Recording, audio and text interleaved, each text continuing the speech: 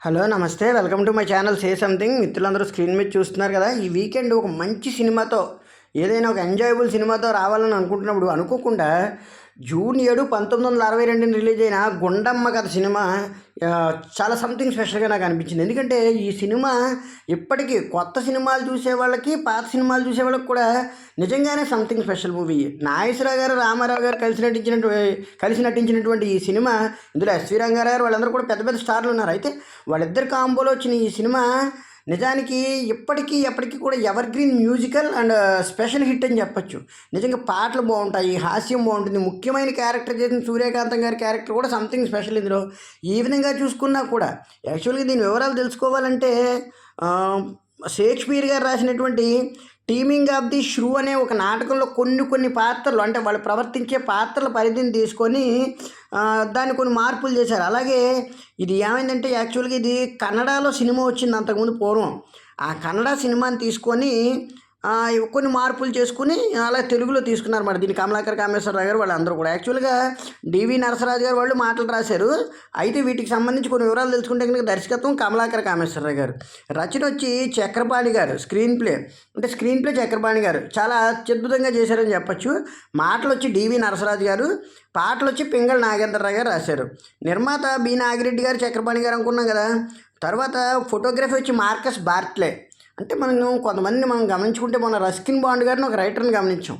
అలాగే Marcus Bartley అన్న ఆయన ఎలాగంటే వీళ్ళందరూ ఆంగ్లో ఇండియన్స్ ఇక్కడ స్థిరపడిన వాళ్ళు అనమాట. ఆ విధంగా మార్కస్ బార్ట్లే అన్న ఆయన ఇక్కడ స్థిరపడిన ఆయన. ఆ విధంగా ఆయన ఫోటోగ్రఫీలోకి అడుగుపెట్టడం, సినిమాలకు పనిచేయడం జరిగింది. చాలా గొప్ప విషయం ఇది. ఆ విషయంలో చూసుకుంటే కనుక సంగీతం వచ్చి ఘంటసాల మాస్టారు, ఇంకా నిర్మాణ సంస్థ వచ్చి విజయ ప్రొడక్షన్స్ అనుకున్నాం కదా. ఓ విధంగా విజయ ప్రొడక్షన్ సంస్థ కూడా ఈ సినిమాతో చాలా వరకు సినిమాలు తగ్గించేసిందని చెప్తారు. ఆ విధంగా చూసుకుంటే కనుక ఇంకా నటీనటులు చూసుకుంటే కనుక రామారావు గారు, ఎవరు నాగేశ్వరరావు గారు, సావిత్రి గారు, అల్లు రామలింగయ్య గారు, జమున గారు, ఎస్వి రంగారావు గారు, సూర్యకాంతం గారు, రమణారెడ్డి గారు, ఛాయాదేవి గారు, హేమలత గారు, హర్నాథ్ గారు, ఎల్ విజయలక్ష్మి గారు, ముక్కావల గారు, ఋష్యేంద్రమణి గారు, రాజనాల్ గారు, బొడ్డపాటి గారు. ఈ విధంగా చూసుకుంటే చాలా చాలా భారీగా అనమాట. నిజంగా చాలా ఏంటంటారు, ఒక హ్యూజ్ క్యాస్టింగ్ని పెట్టి తీసారు సినిమా విడుదలకు ముందు కూడా చాలా విమర్శలు వచ్చాయట. సినిమా రిలీజ్కి ఇంకా 10 రోజుల సమయం ఉండగానే ఎల్వి ప్రసాద్ గారు ఇంట్లో జరిగిన పెళ్లి వేడుకలు. ఎల్వి ప్రసాద్ గారు అంటే మనకు ఐడియా ఉంది కదా, ఆల్రెడీ ఎల్వి ప్రసాద్ ల్యాబ్స్ అని ఎక్కడ ఉన్నాయి, మనకి ఐమాక్స్ థియేటర్ ఉంది కదా, అది కూడా ఎల్వి ప్రసాద్ గారిదే. హైదరాబాద్లో ఉంటున్నటువంటి ఐమాక్స్ థియేటర్ కూడా. ఆ విధంగా ఎల్వి ప్రసాద్ గారు ఇంట్లో జరిగిన పెళ్లి వేడుకల్లో సరదాగా గుండమ్మ గారి సినిమాని ప్రదర్శించారు 10 రోజుల ముందే. సినిమా చూసిన కొంతమంది వర్గాల్లో ఇదేం కథేమీ లేదు, సూర్యకాంతం గయ్యాళితనం కూడా పూర్తిగా కనబడలేదు, పోనీ చివరిదాకా బాధ పెట్టడానికి. అందులో ఇంకేముంది, హర్నాథ్ విజయలక్ష్మి పాత్రలు కూడా అవసరం లేదు. ఈ సినిమా అంతా ఏదో గందరగోళంగాను సరదాగా ఉంది. కేవీ రెడ్డి గారు ఎక్కడ పెద్ద డైరెక్టరు, మాయాబజార్ తీసిన కేవీ రెడ్డి గారు, సినిమా ఏం బాగుందయ్యా, ఇది ఏం నచ్చుతుంది, గొప్ప కథలు తీస్తేనే సినిమాలు నచ్చట్లేదు, ప్రజలు గ్యారంటీగా దీన్ని తిరస్కరిస్తారని. అయితే ఇక్కడ మనం ఓ విషయం తెలుసుకోవాలి. కన్నడలో తీసిన ఈ కథలో, ఈ కన్నడ మూలానికి సంబంధించిన కథ ఒకటి ఉంది కదా, ఆ కథలో అయితే అసలు నిజానికి గుండమ్మ అనే క్యారెక్టర్ విపరీతమైన బాధలు పడుతుంది. ఎలాగంటే చివరికి చిన్న కూతురు జీవితం నాశనం అయిపోయి తన భర్త ఏదో వదిలేయడం, భర్త చనిపోవడం ఏదో జరిగి మొత్తానికి చివరిలో ఆవిడ చేసిన పాపాలకి ప్రాయశ్చిత్తం చేసుకోలేక అదో రకంగా అయిపోతారన్నమాట. అంత పెయిన్ఫుల్ పిక్చర్ అది యాక్చువల్గా గుండమ్మ కదండి. కానీ దాన్ని పూర్తిగా మార్చేశారు ఎవరు, కామేశ్వరరావు గారు, కమలాకర్ కామేశ్వరరావు గారు. ఆ చక్రపాణి గారు కూడా స్క్రీన్ ప్లే మార్చి మొత్తం వీళ్ళు ఏం చేశారంటే మొత్తం అంతా కూడా కామెడీగా తీస్తూ చివరికి వచ్చేటికి ఆనందంగా ఎండ్ అయ్యేలా చేశారనమాట. సినిమాని పెయిన్ఫుల్గా తీసుకెళ్లకుండా. అదే కేవీ రెడ్డి గారికి నచ్చలేదు. ఒరిజినల్లో సినిమాని ఒరిజినల్గా తీయాలి కదా, సినిమాని ఎందుకు ఇన్ని మార్పులు చేశారంటే ఇది ఒక ఆనందభరితమైన సినిమాగా తీద్దాం అనుకున్నాం తప్ప మేము అంత పెయిన్ఫుల్కి వెళ్ళాలని అనుకోలేదని అందరూ చెప్పడంతో ఆయనకి నచ్చలేదట. ఎలా లేదన్నా సినిమా ఆడదేమోనయ్యా అంటే ఆయనకి చాలా రోజులు ఆడుతుందని నమ్మకం కూడా లేదు. కానీ ఆడుతుందని నమ్మకం లేకపోయినప్పటికీ కూడా సినిమా రిలీజ్ అయ్యి విపరీతమైన హిట్ అవ్వటం, రోజుకి కలెక్షన్లు. అంటే ఫస్ట్ రోజు అన్నాడు కమలాకర్ కామేశ్వరరావు కదా డైరెక్షన్ చూస్తారు, పైగా రామారావు నాగేశ్వరరావు చేశారు ఇద్దరును, కొంచెం ఊపు ఉంటుందని. కానీ తర్వాత రన్నింగ్ బాగా వెళ్ళడంతో ఆయన ఏ రోజుకి కూడా నిజానికి కేవీ రెడ్డి గారు ఈ ఒక్క సినిమా విషయంలో మటుకి ఆయన అభిప్రాయాన్ని మార్చుకోలేకపోయారట. ఇదేదో ప్రజలు సరదాగా చూసిందేమో, మరి ఎందుకు ఇలాంటి సినిమాలు చూస్తున్నారో అర్థం కావట్లేదు. మనం ఇక్కడ ఒక విషయాన్ని గుర్తుంచుకోవాలి. మొన్న మధ్యన సంక్రాంతికి వస్తున్న వెంకటేష్ గారి సినిమా రిలీజ్ అయింది.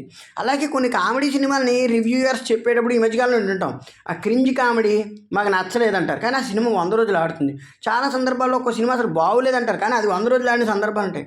అక్కడ ప్రేక్షకుడికి ఏదో ఒక పాయింట్ నచ్చి ఆడుతుంటాయి. ఇప్పుడు రాఘవేంద్రరావు గారి సినిమాలు కళాకారులు అంటుంటారు చూసారా, నిజంగానే అంటే అలాగా వాళ్ళని చెప్పకూడదు, కానీ సినిమా అంటే కళలాగే ఉండాలి, ఒక ఆర్ట్ ఫిలింలా ఉండాలని ఆనందపడే వాళ్ళకి రాఘవేంద్ర గారి సినిమాలు నచ్చవు, కానీ అవి స్క్రీన్ మీదకి వెళ్ళేవాడు కమర్షియల్గా బిగ్ సక్సెస్లు అవుతాయి. అలాగే కొంతమంది కమర్షియల్ సినిమాలు చూసేవాళ్ళకి ఈ ఆర్ట్ టైప్ సినిమాలు అంటే ఏంటి క్లాసికల్ ఫిల్మ్స్ అలాంటివి నచ్చవు, కానీ సినిమాలా చూసే ప్రేక్షకులు చాలామంది ఉంటారు.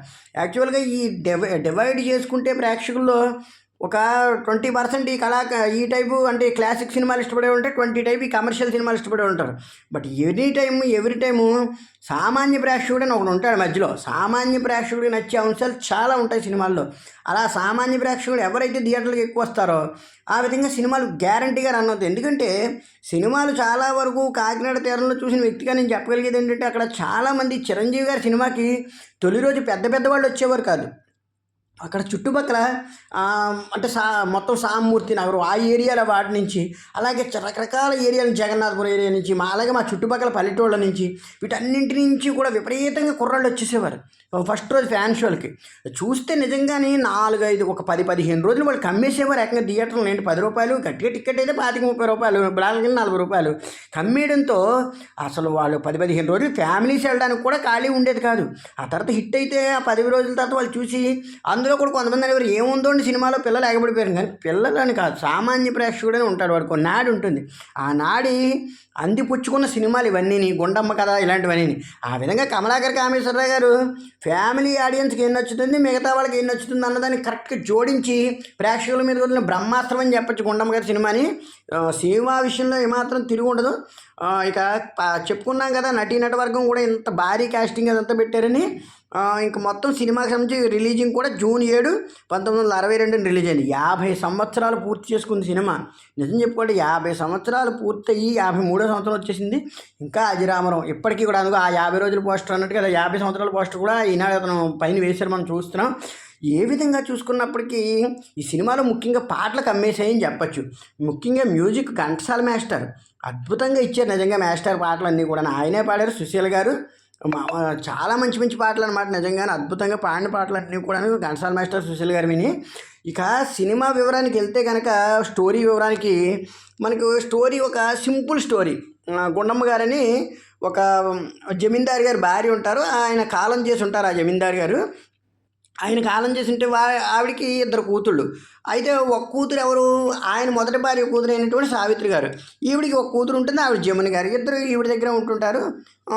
మామూలే కదా, సావిత్రి కూతురునేమో కొంచెం తక్కువగా చూడటం, అంటే ఆవిడని పెద్ద ఆవిడ కూతురుని, ఈవిడ కూతురునేమో బాగా ముద్దుగా పెంచుతూ అమ్మాయి చేత అంతా చాకరీ చేస్తుంటుంది.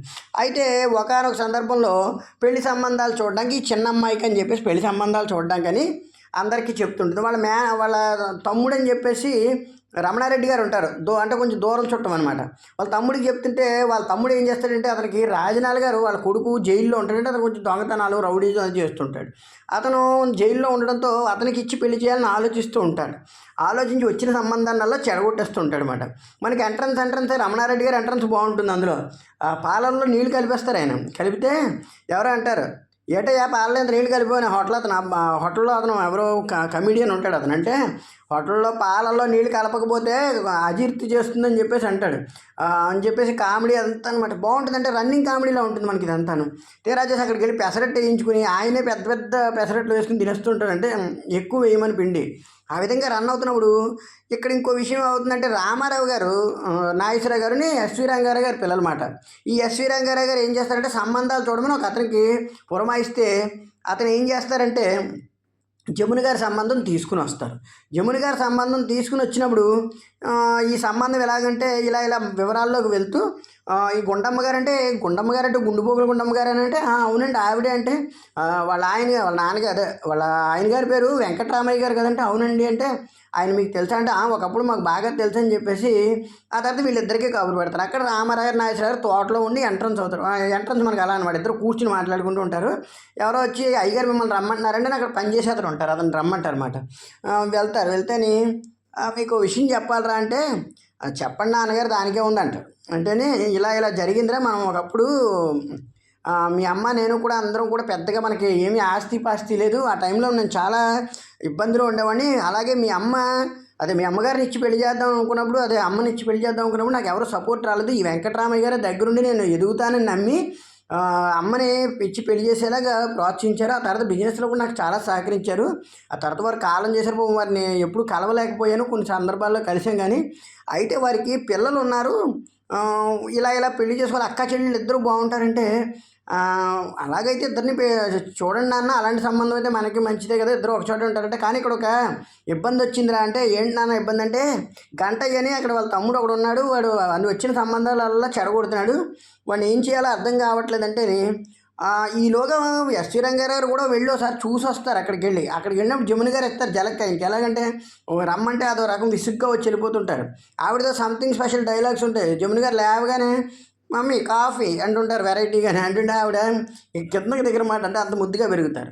ఇంకా సావిత్రి గారు అయితే పొద్దున్న లేచిందని ఆవిడ ఏకంగా కోడి కూసిందని అర్ధరాత్రి 2 గంటలకు లేచి కూడా చాకరీ చేసేస్తుంటుంది ఆవిడ. అంటే ఆవిడ అలా ఎడిట్ అయిపోతారనమాట. ఎవరి ప్లేస్కి వాళ్ళు ఎడిట్ అయిపోయినట్టు ఉంటారు. అయితే చూసినప్పుడు అప్పుడు ఎస్వి రంగారావు వచ్చి ఇలా చెప్తారు, పెద్ద అమ్మాయి మహాలక్ష్మిలో ఉందిరా, ఆ అమ్మాయి వీడికైతే సరిపోతుంది, వీడిని అదే ఆ అమ్మాయే భరించగలదని చెప్పేసి రామారావు గారు చూపించంటే, చూసావా తమ్ముడు నాన్నగారు ఎలా అంటున్నారో నన్ను భరించడం కష్టపడంటే, అలా అని కాదురా, నువ్వు అయితే ఆ అమ్మాయికి సరిపోతావు, ఆ అమ్మాయి కూడా నేను అన్ని విధాలు పట్టుకుని ఉంటుందంటే, సరే నాన్నగారు అయితే ఇక రెండో అమ్మాయి అయితే వీడికి సరిపోతుంది కదా, పిల్లలు మంచివాళ్లే కానీ చుట్టుపక్కల ఉండే పరిస్థితులు బాగాలేవు, ఆవిడ కూడా భర్త లేని ఆడదవడం వల్ల పిల్లల్ని ఎలా బ్యాలెన్స్ చేయాలని తెలుసుకోలేకపోయింది. అందువల్ల పిల్లలు ఒకళ్ళు ఒక రకంగా పెరిగారు. పెద్ద అమ్మాయి విషయంలో అయితే భయం లేదు కానీ చిన్న అమ్మాయినే మరి ఎలా బ్యాలెన్స్ చేసుకోవాలంటే, ఆ విషయం నేను చూసుకుంటాను నాగేశ్వరరావు అంటారు. రామారావు అంటారు, నేను వెళ్ళి పెద్ద అమ్మాయి విషయంలో జాగ్రత్త తీసుకుని ఆ అమ్మాయిని పెళ్లి చేసుకుని వచ్చేస్తాను నాన్నగారు అని చెప్పేసి ఒక మాట చెప్తారు. చెప్తే సరే వెళ్ళండి సాధించండి, ఆ విధంగా చేస్తే వారికి నేను రుణపడి ఉన్నట్టు, అంటే ఆ రుణం తీర్చుకున్నట్టు అవుతుంది, నా కష్టంలో ఉన్నప్పుడు నా వివాహ సమయంలో అన్ని విధాలా సపోర్ట్గా ఉన్నారు వారు అని చెప్పేసి చెప్పడంతో ఈ రామారావు గారు అక్కడికి బయలుదేరాలన్నమాట. పనివాడి కింద వెళ్ళేటట్టు హోటల్లో బిల్లు ఎక్కువైంది అన్నట్టుగా నాటకం ఆడి అక్కడ వెళ్తూ వెళ్తూ అల్లు రామలింగయ్య గారు హోటల్లో ఉంటారు.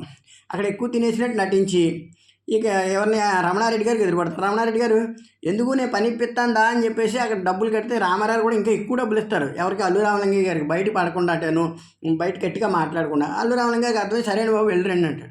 అయితే ఇక్కడ రమణారెడ్డి గారు ఇతన్ని ఎందుకు తీసుకెళ్తారంటే, సూర్యకాంతం గారి ఇంట్లో ఎవరు పని చేయడానికి ఇష్టపడరు. ఆవిడ చూస్తేనే అల్లిపోతూ ఉంటారు అందరూ.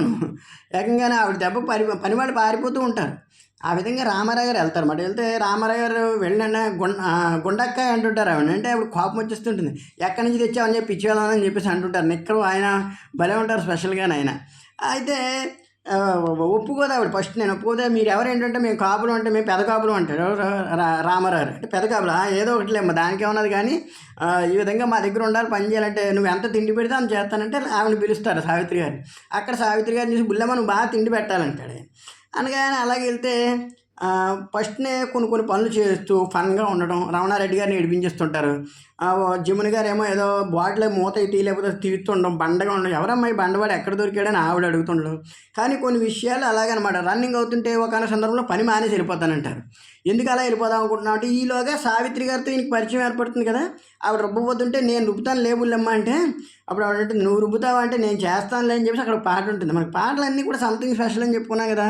లేచింది నిద్ర లేచింది మహిళా లోకం అనే సాంగ్ అదిరిపోతుంది అక్కడ మాత్రం. ఆ సాంగ్ అవగానే రామారావు గారి పాటలన్నీ కూడా అప్పటి నుంచి కూడా చెప్పుకున్నాం కదా, దేశానికి సంబంధించి ఆయనకి ఎందుకో ఒక పాట పెట్టేవారు. అవన్నీ కూడా ఆయన నిజ జీవితంలో నిజాలు అయిపోయాయి.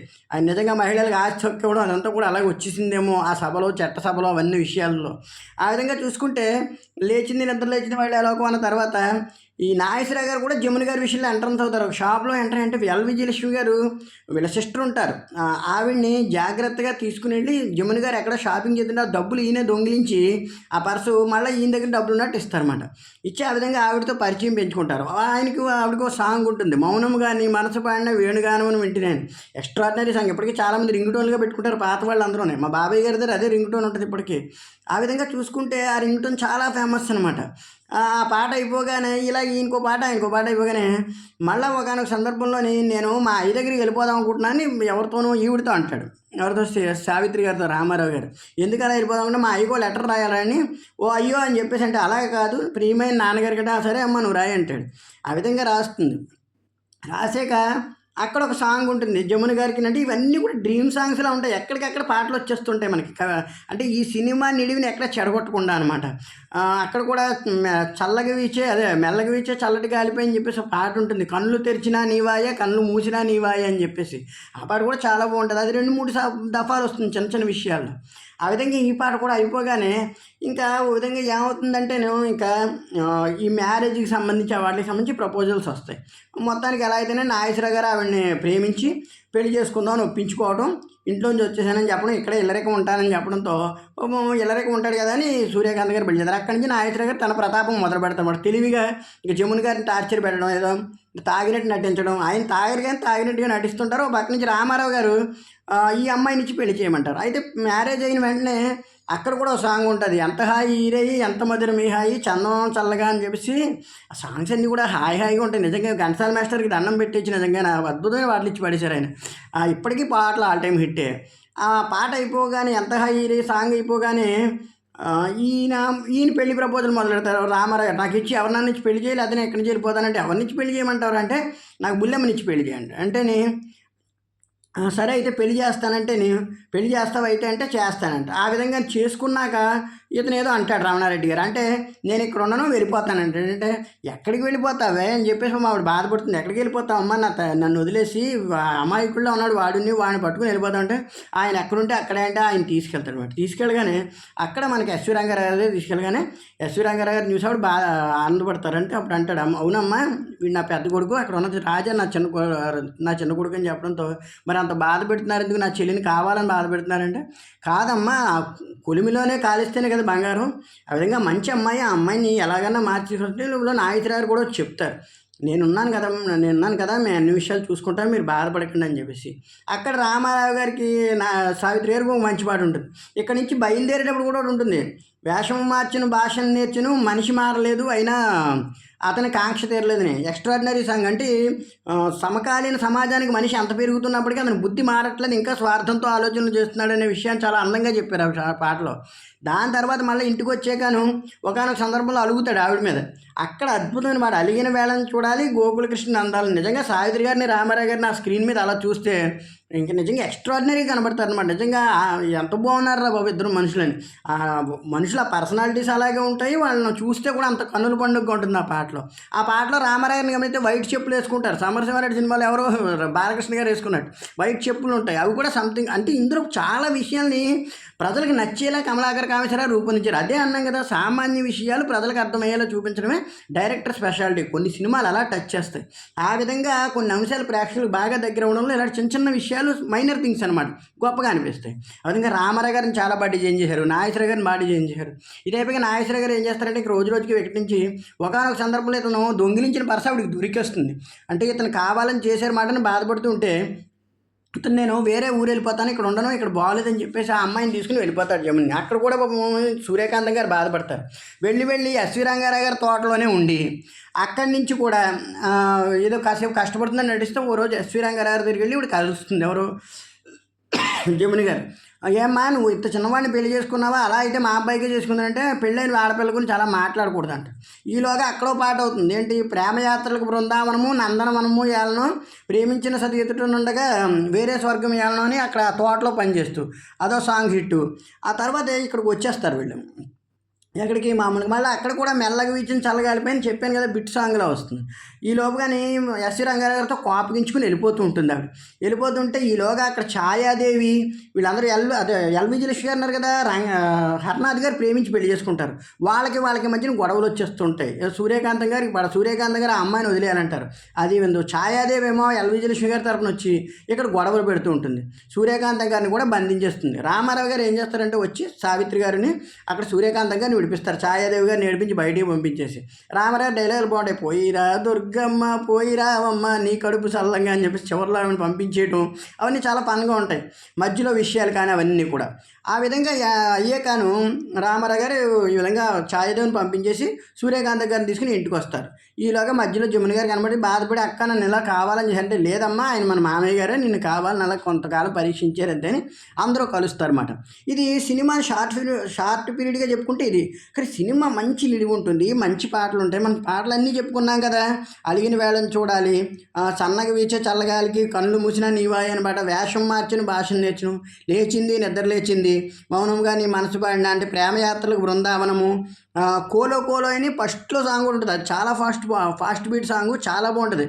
కోలో కోలో అమ్మ అదే ఏంటిది, నా స్వామి కొమ్మలిద్దరు మంచి జోడని చెప్పేసి చాలా ఫాస్ట్గా పాడారు మాస్టర్ కూడాను. పాటలన్నీ కూడా ఆల్ టైమ్ హిట్స్ అని చెప్పచ్చు. ఎప్పటికీ ఏ పాట విన్నా అద్భుతమైన అనిపించవచ్చు. నాగేశ్వరరావు గారు కానీ, రామారావు గారు కానీ అద్భుతం చేశారు. సూర్యకాంతం గారి పాత్రకి ఇంకా వేరే ఆప్షన్ లేదు. ఇప్పటిదాకా 2-3 సార్లు ఈ జనరేషన్స్లో తీద్దాం అనుకున్నా ఆ సినిమాని సూర్యకాంతం గారు లేక ఎవరు కూడా తీయలేకపోయారని చెప్పచ్చు. ఎక్స్ట్రాడినరీ దులిపేశారు ఆవిడ. ఓ గయ్యాళితనం, ఓ అమాయకత్వం అన్నీ కలగలిపి. అలాగే ఛాయాదేవి గారు కానీ అందరూ కూడా మిగతా పాత్రలు ఎవరో ఎస్వి రంగారావు గారు నిండుదనం కానీ, రామారావు గారు, నాగేశ్వరరావు గారు కానీ, అలాగే జమున గారు, సావిత్రి గారు అయితే ఆ పాత్రకి అమాయక పాత్ర కంటే ఆ ఒద్దికతనం అదంతా కూడా ఆవిడ చాలా బాగా నప్పేశారని చెప్పచ్చు. ఎల్వి లక్ష్మి గారు హుందాగా చిన్నపిల్లల పాత్రలో హర్నాథ్ గారు కానీ ఇద్దరికిద్దరు కూడా చాలా అందంగా నప్పారు అందరూ కూడాను. సినిమా ఎవర్ గ్రీన్ క్లాసిక్ అనమాట. ఎంతమంది విమర్శించారో ఆ విమర్శలన్నిటికీ సమాధానం చెప్తూ 50 ఏళ్ళు దాటినా ఇంకా క్లాసికల్ ఫిల్మ్గా మనకి ఇలా నిలిచిపోయింది అంటే అర్థం అదంతా వాళ్ళు ఆ రోజు చేసిన కృషి. ఓ విధంగా ఇలాంటి సినిమాల్ని ఇంకా ఇంకా ఇలా తెలివిగా తీయగలిగే దర్శకులు రావాలని చెప్పేసి కోరుకుంటూ, please subscribe my channel. Thank you very much.